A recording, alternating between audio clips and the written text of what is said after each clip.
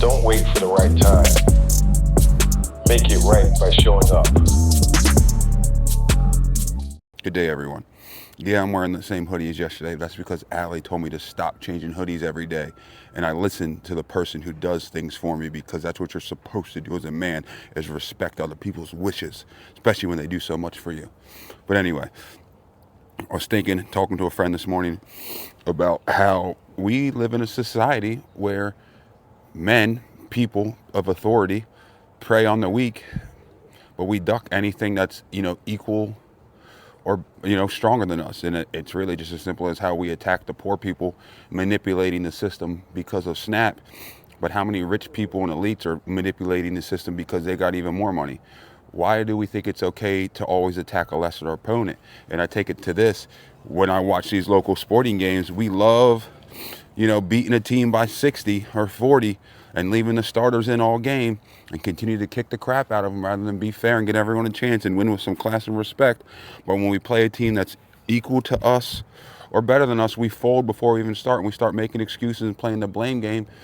And we just need to be better as men. Like, we got a world full of fake ass Goliaths, and no one wants to be David. But if I recall correctly, and I'm not that smart about the Bible, David won. David rose to be one of the greatest kings of all time. And I think eventually he got overthrown by his son, and they did some grimy shit to him. But I mean, that's just life in a nutshell. But why do we feel like we need to always pick on the people beneath us?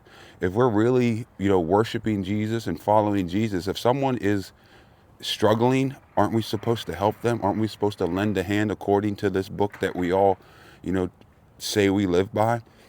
We don't lend a hand. We bend down and we point and laugh at them. We make fun. We kick them while they're down. We don't help people up anymore. To the point where people see random acts of kindness as strange. Like Allie saw something in the on the side of the road, a flag for a business. She picked it up, and people were shocked that she did that. And that's really just the right thing to do. She's like, why are you surprised? Like, that's just common courtesy. It's called being a decent human being. Kindness should not be an act that surprises you. That should be your normal human nature. Why can't we all do better? Why do we pick on the lesser opponents? You want to get better? You challenge yourself. You go against your Goliaths. You face your demons. You face something better than you. That's how you get better. You don't prey on the weak. That's weak. Through a little bit more conversation with my man Mike, though, I've kind of come to this as to why we are the way we are with not helping the lesser. We are a generation of people who are now in position to lead. But we never really got to see too much of the community that our great, maybe even one more great grandparents and families grew up in, of, the community of helping each other, tight knit, small mom and pops everywhere. Like, we kind of remember, we were mad young for that. Like, we're more the mall arcade generation, where we wanted to start having the nicer things, even though we were too poor for it. Our parents would, overextend themselves for Christmas for us. And we're kind of a victim of that mentality, in my opinion, to where we didn't really see enough of the togetherness, the community, the helping of the weaker, the lesser, the ones who needed more help. We didn't get to see a lot of that. Like, I didn't really grow up with much, but I grew up pretty good. And I still didn't see a lot of like community help.